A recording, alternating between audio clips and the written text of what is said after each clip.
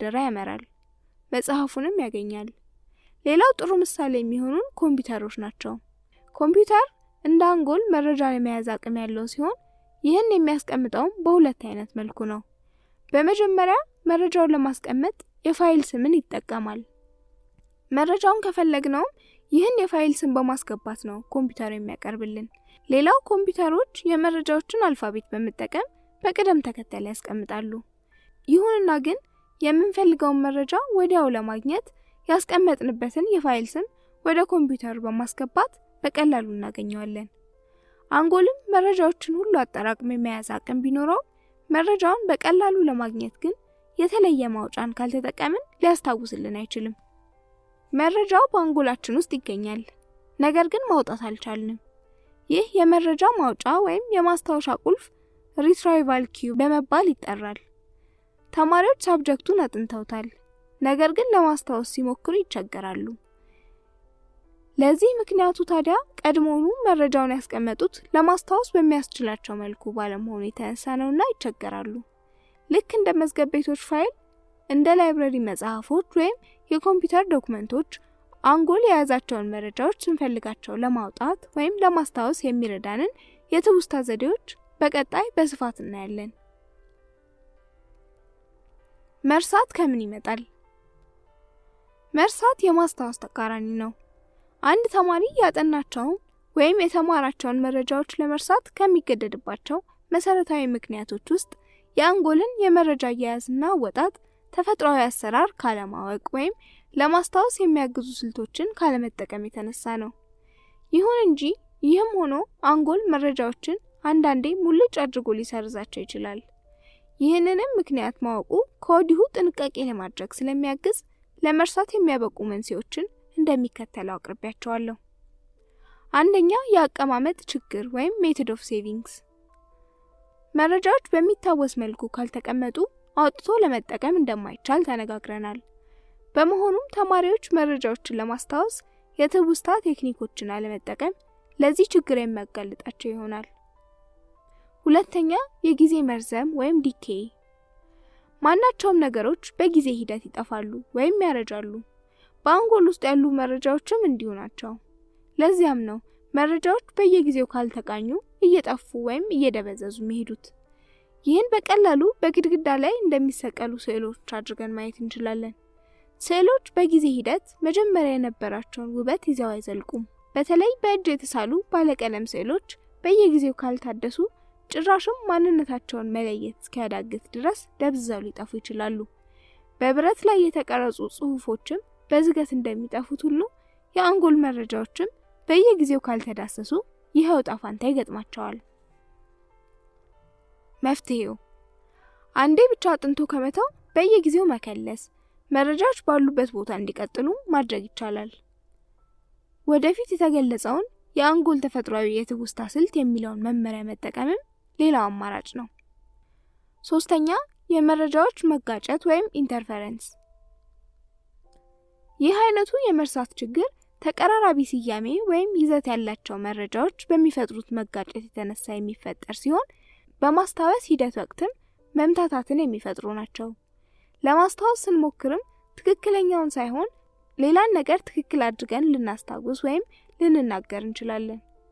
አንጎል መረጃን ሲያስቀምጥ ከአሁን ቀደም በውስጡ ከተቀመጡ መረጃዎች ጋር አነጻጽሮ ለማስቀመጥ ጥረት ቢያደርግም ይህ ጥረቱ ግን ከሳየው ተጨማሪ እገዛ ካልተደረገለት ችግር ይገጥመዋል።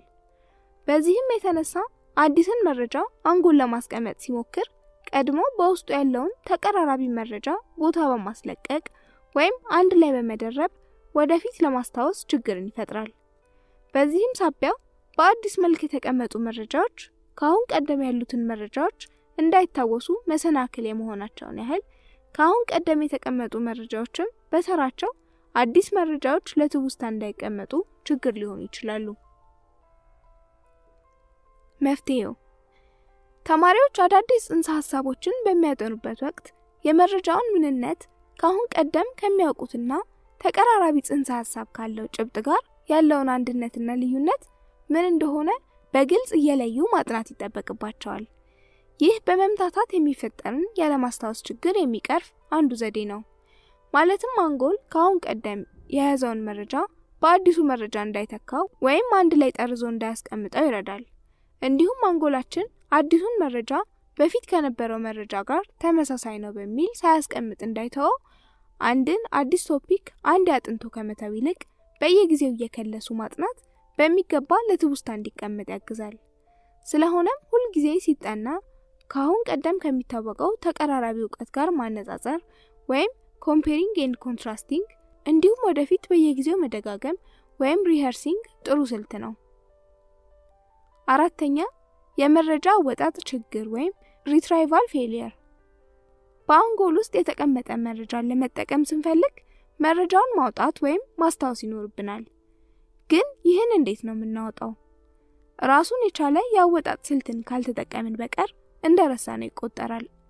በዚህ መልኩ በብዛት የሚስተዋለው ችግርም የተጠየቅነውን ነገር እናውቀዋለን፣ ነገር ግን መናገር ያቅተናል፣ ወይም ምን እንደሆነ ያወቅነው መግለጽ ግን ይሳነናል።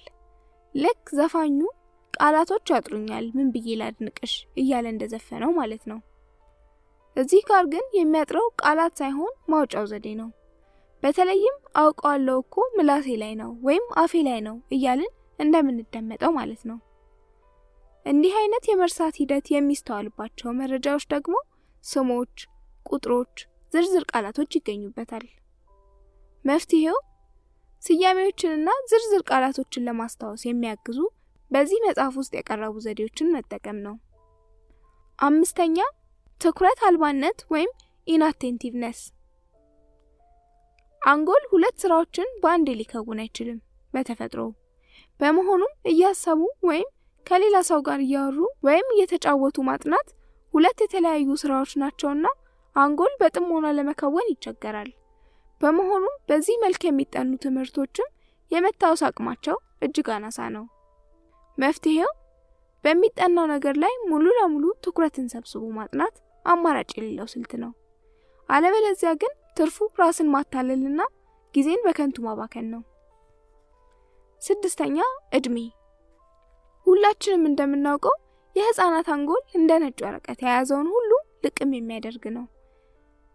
ለዚህ ደግሞ ዋናው ምክንያት ከአሁን ቀደም በውስጡ ምንም መረጃ ስላልያዘ አንጎላቸው በመረጃ ግጭት ሳቢያ የመምታታት አባዜ ስለማይኖረው ሲሆን በይዘቱም አዲስ በመሆኑ ጭምር ነው።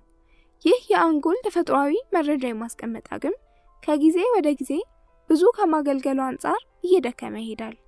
ይህ ደግሞ በብዛት መስተዋል የሚጀምረው ከ40 ዓመት ጀምሮ ይሆናል። ለዚህም አንዱ ምክንያት አንጎል የብዙ ዓመታት መረጃዎችን አጠራቅሞ በመያዙ ለመረጃዎች ግጭት የተጋለጠ በመሆኑና የአንጎል ህዋሳትም እየረጁና በቁጥርም እየቀነሱ መምጣት ነው። በመጨረሻም ወደ 70ዎቹ እድሜዎች ሲደርስ ጥቂት የማይባሉ ነርቮች ያረጃሉ፣ መጃጀትንም ያስከትላሉ። ይህም በከፍተኛ ደረጃ ነገሮችን ለመርሳት ያጋልጣል።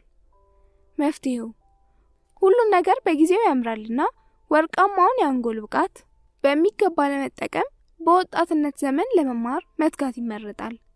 ከኮሌጅም የተመረቁ ምሩቃን ጊዜ ሳያባክኑ ቀጣይ የድህረ ምረቃ ትምህርቶችን ቢከታተሉ ይመከራል። ሰባተኛ አልዚመር።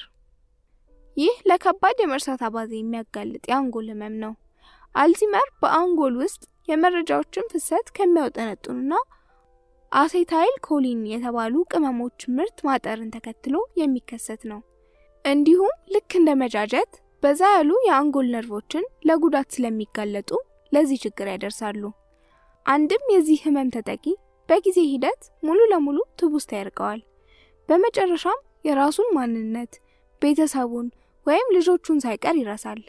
ለዚህ ምሳሌ የሚሆኑ የአሜሪካው ፕሬዝዳንት ሬገን ናቸው። መፍትሄው እስካሁን አመርቂ መፍትሄ የለውም። ስምንተኛ አደጋ። የማይመለሱ የማስታወስ ችግሮችን ከሚያስከትሉ መንስኤዎች ውስጥ በጭንቅላት ላይ የደረሰ አደጋ ወይም በአንጎል ላይ የሚደረግ ከባድ ቀዶ ጥገና ተጠቃሾች ናቸው። እንደሚታወቀው መረጃዎችን በዋናነት የሚያጠራቅመው የአንጎላችን ክፍል ሂፖካምፐስ የተባለው ይሁን እንጂ መረጃዎች ወደዚህ ክፍል ፈሰው ይጠራቀሙ ዘንድ ሌሎች የአንጎል አካላትም ተባባሪ ናቸው። ለምሳሌ በአይን የሚታዩ ምስሎችና በጆሮ የሚደመጡ መረጃዎች በተለያዩ የአንጎል ክፍሎች ውስጥ አልፈው ነው ወደ ሂፖካምፐስ የሚያመሩት። በአጠቃላይ ለመረጃ ፍሰትና አያያዝ ሚና ካላቸው የአንጎል ክፍሎች ውስጥ ማለትም የላይኛው የአንጎል ክፍል ኮርቴክስ፣ ውስጠኛዎቹ የአንጎል ክፍሎች ታላመስ፣ አሚግዳላ፣ ሂፖካምፐስ ውስጥ በአንዳቸው ላይ የሚደርስ አደጋ ወይም በአንጎል ላይ በደረሰ ህመም ሳቢያ በሚደረግ ቀዶ ጥገና በሚደርስ ሳንካ የተነሳ ከቀላል እስከ ከባድ የትውስታ ችግርን በመፍጠር ከከፊል እስከ ሙሉ በሙሉ የመርሳት አባዜን ያስከትላሉ። መፍትሄው ከመፍትሄ አንጻር አያድርስ ከማለት ውጪ ሌላ አማራጭ የለውም። በእርግጥ ጭንቅላትን ለአደጋ ከሚያጋልጡ ነገሮች መራቅ አንዱ መፍትሄ ነው።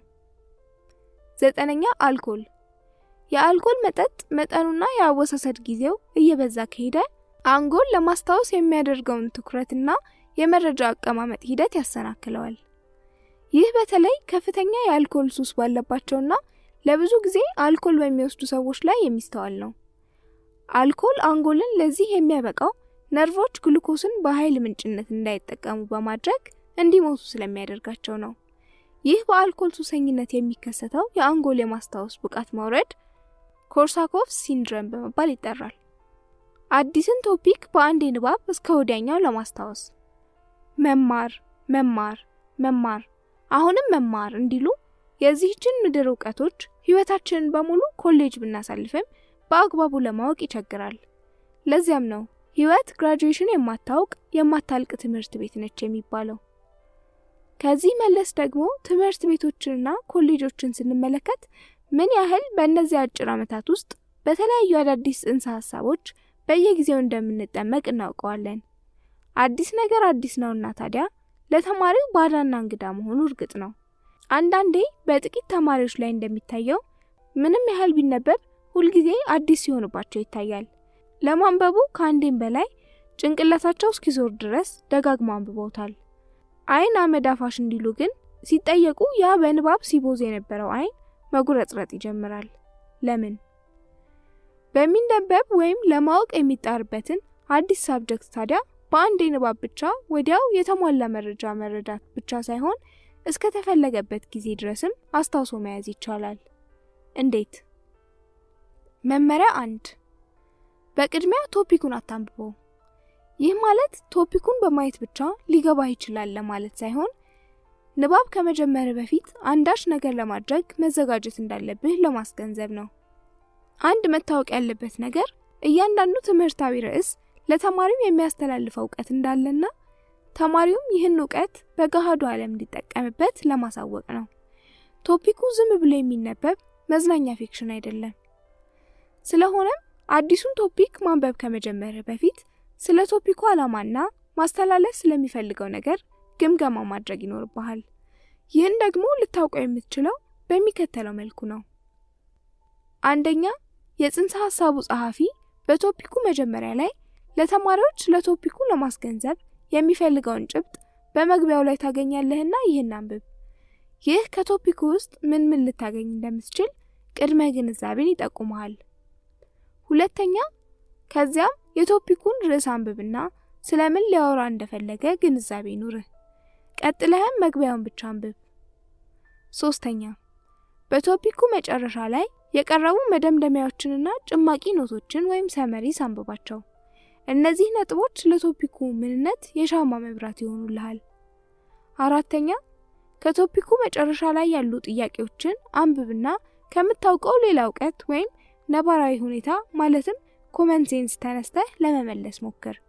ይህን ባደረክ ቁጥር ህሊናህን ለጥያቄው በመጠነኛም ቢሆን መልስ እንዲፈልግ እያነቃቃኸው ሲሆን አንተም ቶፒኩን ቀጥለህ ስታነብ ስለ ጽንሰ ሐሳቡ ምን መረዳት እንዳለብህ ከወዲሁ ያሳስብሃል። እነዚህ ጥያቄዎች ቢያንስ ተማሪው በዚህ ቶፒኩ ዙሪያ ማወቅ አለበት የተባሉ ጥያቄዎች ናቸውና ከንባብ በኋላ መመለስ ስትችል ጽንሰ ሐሳቡን በሚገባ ትረዳዋለህ። አምስተኛ፣ አሁንም ንባቡን በጥቅል ከማንበብ በፊት ቻርቶችን፣ ግራፎችን፣ አስረጅ ስዕሎችን አንብበህ ለመረዳት ሞክር። እነዚህ የቶፒኩ አቋራጭ ማወቂያ ስልቶች ናቸው። ስድስተኛ፣ አሁንም ንባብ ከመጀመርህ በፊት ስለ ቶፒኩ ማወቅ አለብኝ የምትላቸውን ነጥቦች በጥያቄ መልክ ቅረጽ።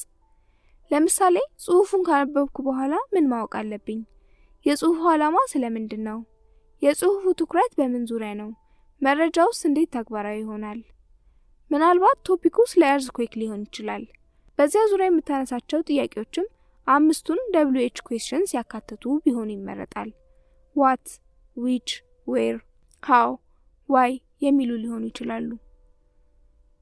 እነዚህንም ለመመለስ የራስህን ቀደምት ዕውቀት በመጠቀም የሚመስልህን ምላሽ አስፍር። መመሪያ 2 በጥሞና አንብብ። ከላይ ያሉትን ቅድመ ሁኔታዎች ካጠናከርክ በኋላ ቀጣዩ መርህ ቶፒኩን ማንበብ ይሆናል። ከፈለክ ደጋግመህ ልታነበው ትችላለህ። በመጨረሻ ግን ከቶፒኩ መጨረሻ ያሉትን ራስህ ያወጣሃቸውን ጥያቄዎች በሚገባ መመለስ መቻልህን አረጋግጥ። መመሪያ 3 ለትውስታ ብቃት ጥሩ አድርጎ መረዳት። አንድን ቶፒክ ደጋግሞ ማንበብ ብቻ ዋጋ የለውም። እንደውም ሳይረዱ ለማስታወስ መሞከር መምታታትንና በራስ ያለመተማመን መንፈስን ያሰርጻል። ከላይ ከተገለጸው አረዳድ በተጨማሪ ጽንሰ ሐሳቡን በራስ ቋንቋና በኖት መልክ ቅረጸው። ስለ ቶፒኩ በደንብ ከተረዳህና የተለያዩ ጥያቄዎችን ከሰራ በትክክል ገብቶሃልና አሁን የትውስታ ቴክኒኮችን መጠቀም ትችላለህ። መመሪያ 4 ሂስ ስጥ። ከላይ ያሉትን ካጠናቀቅክ በኋላ በጽንሰ ሐሳቡ ዙሪያ የራስህን ሂስ አስቀምጥ። ለምሳሌ ይህ ቶፒክ ካሁን ቀደም አንተ ከምታውቀውና ተቀራራቢ ሐሳብ ካለው ሰብጀክት ጋር ያለው ልዩነት፣ ተመሳሳይነትና ተነጻጻሪነት ምን እንደሆነ ትንታኔ ስጥ። ይህን ማድረግ የሚጠቅምህ ወደፊት ለማስተዋወስ ስትሞክር በቅርቡ ያጠናኸው ይሄው መረጃ በፊት ከምታውቀው ተቀራራቢ መረጃ ጋር መምታታትን እንዳይፈጥርብህ ግልጽ መልእክትን ለመያዝ ነው። ምክንያቱም ለትውስታ ችግር አንዱ ምክንያት ኢንተርፈረንስ ወይም ተመሳሳይ መሰል መረጃዎች የሚያደርጉት ግጭት በሚፈጥሩት መምታታት ነውና። መመሪያ 5 ደጋግመው። በዚህ መልክ ያነበብከውንና የተረዳኸውን መረጃ በፈለግከው ጊዜ ሙሉ መልእክቱንና መረጃውን በአእምሮህ ውስጥ እንዲኖር በተለያየ ጊዜ ደጋግመህ ማንበብህን አትርሳ። ለምሳሌ ከሳምንት በኋላ፣ ከዚያም ከወር በኋላ፣ ከ2 ወር በኋላ ያልክ የክለሳ ንባብ ማካሄድ ይኖርብሃል። የሐተታዊ መረጃ 10 የትውስታ ጥበቦች። ሁለቱ የትውስታ እርከኖች ቅጽበታዊና የአጭር ጊዜ ትውስታ ወደ 3ኛው ወይም ዘለቂታዊ ትውስታ እስካልተዛወሩ ድረስ የተማርነውና ያጠናነውን ነገር በፈተናና የሥራ ህይወት ዋጋ ባለው መልኩ እንደማይቀመጥ መታወቅ አለበት። እነዚህ ዘዴዎች የሚያግዙትም ቅጽበታዊና የአጭር ጊዜ ትውስታን ወደ ዘለቂታዊ ትውስታ ለማሻገር ነው። በቅድሚያ በጥልቅ ልናያቸውና የተወሰኑትን ዘርዘር አድርገን ወደፊት እንመለስባቸዋለን። አንደኛ፣ ለማስታወስ ስለምትፈልገው ነገር በጥልቀት አሰላስል። ጥናትና ንባብ የተለያዩ ነገሮች መሆናቸውን ማስታወስ ይገባል። ጥናት የምናነበውን ነገር ከመረዳት ባሻገር ለማገናዘብና ለማስታወስ የምናደርገው ጥረት ነው። እናም የምናጠናውን ነገር ለማስታወስ ሁነኛ የሆነው ዘዴ ስለ ነገሩ ማሰብና ማሰላሰል ነው። ስለ ነገሩ ጥያቄዎችን በአእምሮአችን እየፈጠርን ለመመለስ እንሞክራለን። ትርጉሙን እናገናዝባለን። ቀድሞ ከምናውቀው ነገር ጋር ያለውን ተዛምዶ ለማየት እንሞክራለን። ይህ ጊዜና አቅምን የሚጠይቅ ተግባር ነው። ነገር ግን ውጤቱ ልፋቱን የሚያካክስ ነው። አንድ አዲስ መረጃ በዚህ መልክ ተጠናክሮና ቀድሞ ከምናውቀው ነገር ጋር ተያይዞ ወይም ተለያይቶ ከተቀመጠ ዘለቂታዊ ትውስታችን ውስጥ የመግባት እድሉ የላቀ ነው። ሁለተኛ፣ ማስታወስ ለምትፈልገው ነገር ትኩረት ስጥ። እስቲ ይህችን ቀላል ጥያቄ በፍጥነት ለመመለስ እንሞክር። 25 ሳንቲም ላይ የሚታዩ ሰዎች በእጃቸው የጨበጡት ዕቃ ምንድነው? 50 ሳንቲም ላይስ? በጣም ቀላል ጥያቄዎች በህይወታችን ስንትና ስንት ስሙንና 50 ሳንቲም እንዳየን ለመገመት ይሳናል። ታዲያ ለምን መመለስ አቃተን? ትኩረት ሰጥተን አይተናቸው አናውቅማ።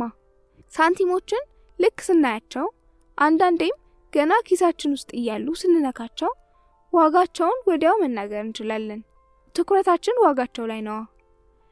በዚህ መልኩ በየዕለቱ የምናያቸው ነገሮች ነገር ግን ትኩረት ስላልሰጠናቸው ብቻ ልናስታውሳቸው የማንችላቸውን በርካታ ነገሮች መዘርዘር ይቻላል።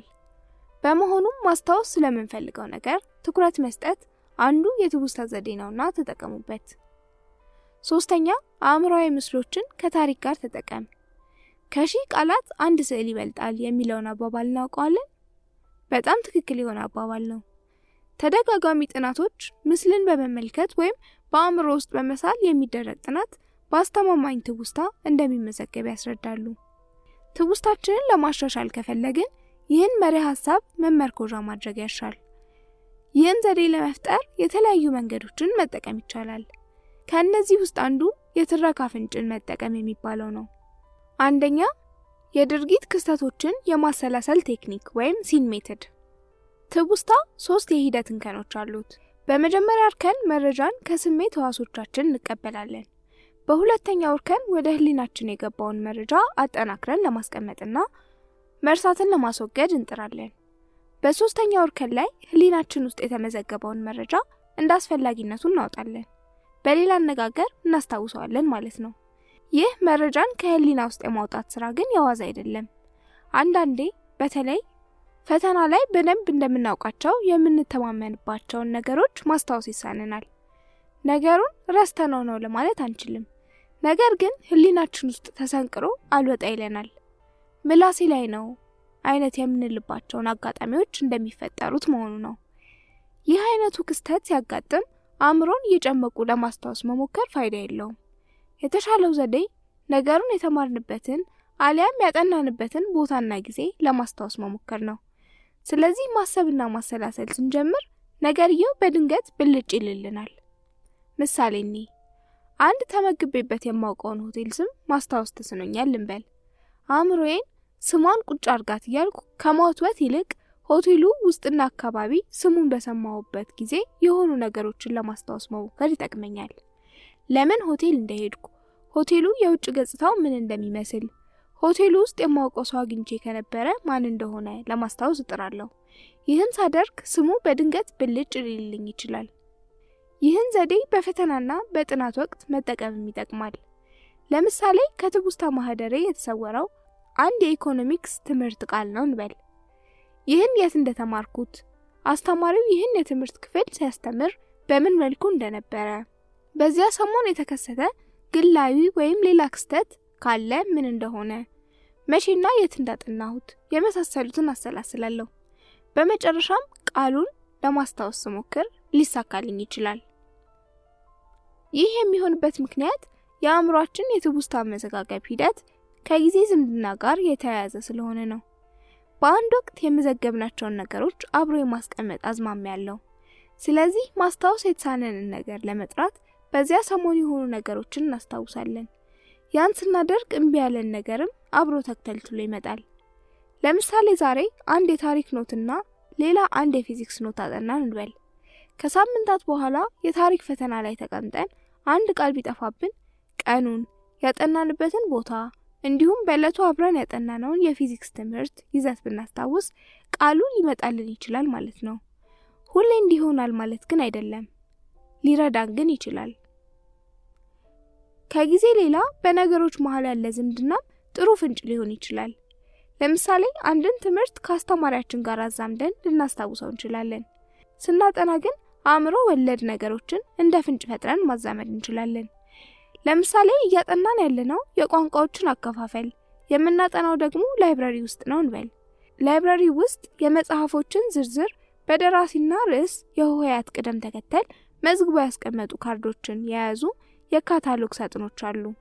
ስናጠና እያንዳንዱን የሳጥኖቹን ረድፍ እንደ አንድ የቋንቋ ዘር፣ ረድፉ በውስጡ የያዛቸውን ሳጥኖች እንደ ተጠቃሹ የቋንቋ ዘር ክፍልፋዮች፣ ሳጥኖቹ በውስጣቸው የያዟቸውን ካርዶች ደግሞ እያንዳንዱ ክፍልፋይ ውስጥ እንደያዛቸው ቋንቋዎች አድርገን እናዛምዳለን። ለምሳሌ ረድፍ ሳጥን 1 ሴሜቲክ የቋንቋ ሐረግ። ሳጥን 1 ውስጥ ያሉ ካርዶች ሰሜናዊ ሴሜቲክ፣ ዕብራይስጥ፣ አረብኛ። ሳጥን 2 ደቡባዊ ሴሜቲክ። ሳጥን 2 ውስጥ ያሉ ካርዶች አማርኛ፣ ትግርኛ፣ ጉራግኛ። ቋንቋዎቹን በዚህ መልኩ ከሰደርናቸው በኋላ እያንዳንዱ ካርድ ላይ ስለ እያንዳንዱ ቋንቋ ማስታወስ የሚገባን ነጥብ በሐሳባችን እንጽፋለን። በዚህ ዙሪያ ፈተናዎች ላይ ጥያቄ ሲያጋጥመን በቀጥታ የካታሎግ ሸልፉን እናስታውሳለን። በትንትን አድርጎ ከማስታወስ ይልቅ በዚህ መልኩ ስርዓት አስይዞና ከሚታወቅ ነገር ጋር አዛምዶ ማጥናት ትውስታን በእጅጉ ይጨምራል። 5ኛ ከሺ ቃል አንድ ተግባር ወይም ፕራክቲካል አፕሮች። በአንድ አጋጣሚ ብቻ ተገናኝተን ስሙን የተዋወቅነውን ሰው እስቲ እናስታውስ። ከጥቂት ቆይታ በኋላ ይህንኑ ሰው ስናገኘው ስሙን የማስታወስ ብቃታችን ምን ያክል ይሆናል? የአብዛኞቻችን መልስ ኢምንት የሚል ለመሆኑ ጥርጣሬ አይኖርም። ለመሆኑ በዚህ መልኩ የያዝነው የመሰለንን ስም የምንዘነጋው ለምንድን ነው? ሁለት ምክንያቶች አሉ። ሀ ትኩረት አልሰጠነውም።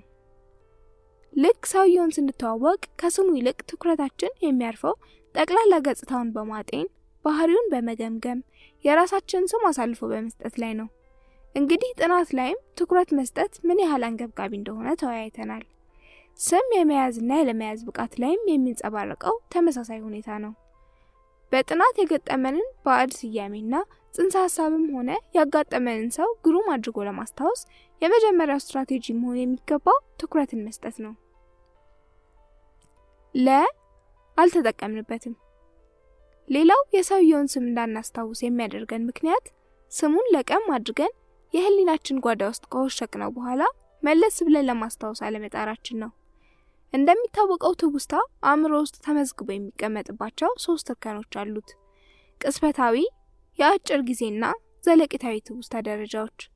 እንግዲህ አንድ መረጃ ወደ ዘለቂታዊ የትውስታ እርከን በሚያልፍበት መልኩ ደጋግመን ካላጠናከርነው ወደ መርሳት ሸለቆ ውስጥ ይወረወራል። በፈለግነው ሰዓት ልናስታውሰው ስንሞክርም አዳጋች ይሆንብናል። በአንድ አጋጣሚ የተዋወቅነው ሰው ስም በቅድሚያ በቅጽበታዊ ትውስታችን ውስጥ እንመዘግበዋለን። በዚህ አጋጣሚ ስሙን ልብ ካልነው ወይም ትኩረት ከሰጠነው ወደ አጭር ጊዜ ትውስታ ይተላለፋል። ወደ ዘለቂታዊ የትውስታ እርከን ለማለፍ ግን ጊዜ ወስዶ ደጋግሞ መጠቀምን ይጠይቃል። በዚሁ ምሳሌ ሰውየውን መጀመሪያ ካገኘንበት አጋጣሚ ጀምሮ የመቀራረብና ስሙን ደጋግሞ የመጠቀም ግዴታን የሚፈጥር ሁኔታ ውስጥ ከገባን ለዘለቂታው እናስታውሰዋለን። ከተገናኘንበት አጋጣሚ በኋላ ዘለግ ላለ ጊዜ ከተለየነው ግን ስሙ ከአጭር ጊዜ ትውስታችን ይወገድና ድጋሚ ስናገኘው ዘንግተነው ልንደናበር እንችላለን። ጥናት ላይም ተመሳሳይ ሁኔታ እንደሚፈጠር ልብ ማለቱ መልካም ነው። ብዙዎቻችንን ብዙ ጊዜ ስለሚያጋጥመን ክስተት እናጠናለን። ደግመን ደጋግመን እናጠናለን። ስናጠናም ሙሉ ትኩረታችንን አሳርፈን ነው። የትውስታ ዘዴዎችንም ተግባራዊ አድርገን ሊሆን ይችላል። ልቅም አድርገን እንዳስታወስነው እርግጠኞች ሆነናል። የጥናቱ ጊዜ እንዲህ በተረጋጋ መልኩ ያልፍና ፈተና ይመጣል። ጉድ የሚፈላው ያኔ ነው። የተማመንበት ቢላ በጉበት ይሰበራል። እርግጠኛ የሆንበት ትውስታም ድርግም ይላል። ግቢ ነፍስ፣ ውጪ ነፍስ፣ መልሱ ከየት ይምጣ? አንድ ወዳጅ እንደሚለው ጭንቅላታችን እንደ ኮምፒውተር ቫይረስ የገባበት ይመስለናል። አስታውስ ያልነውን አጥፋው ያልነው ይመስል አንጎላችን ከርቶን ቁጭ ይላል። ምክንያቱስ ያስታወስነውን መረጃ አልተጠቀምንበትም። እናም የአጭር ጊዜ ትውስታችን ወደ ዘለቂታዊ ትውስታ አልተሸጋገረም። መፍትሄውስ? ለዘለቂታዊ ልናስታውሰው የምንሻውን ነገር አቅም በፈቀደ መጠን ልንጠቀምበት፣ ደግመን ደጋግመን ከአእምሯችን ጓዳ ወደ ሳሎን እየጠራን ቤተኛ ልናደርገው ይገባናል። ለመሆኑ ይህን ልናደርግ የምንችለው እንዴት ነው? ጥቂት ነጥቦች እነሆ። ሀ ቃሉን ወደ ተግባር ለውጠው። የሂሳብ፣ ፊዚክስ፣ ኬሚስትሪ፣ ኢኮኖሚክስ ኮርሶች ላይ የሚገጥሙን ቀመሮች ወይም ፎርሙላ እንደ ምሳሌ እንውሰድ። አንዳንዶቹ ቀላልና በቀላሉ የሚታወሱ መሳይ ናቸው። ቀሪዎቹ ደግሞ ገና ሲያዩዋቸው የሚያስደነብሩ ውስብስብና ረጃጅም ናቸው። ሁለቱንም አይነቶች ለማስታወስ ሽምደዳን ልንተገብር እንችላለን። ለዘለቂታው ለማስታወስ ግን ይህ ዘዴ የቄጤማ ምሰሶ ነው። ቀመሮች በተለያዩ ምሳሌዎችና ፕሮብሌሞች ተፈትሸው ካለፉ ለማስታወስ ያን ያህል አይሳኑም። በዚህ መልኩ የተመዘገቡ ቀመሮች ከራሳቸው ባሻገር አተገባበራቸውንም ማስታወስ እንድንችል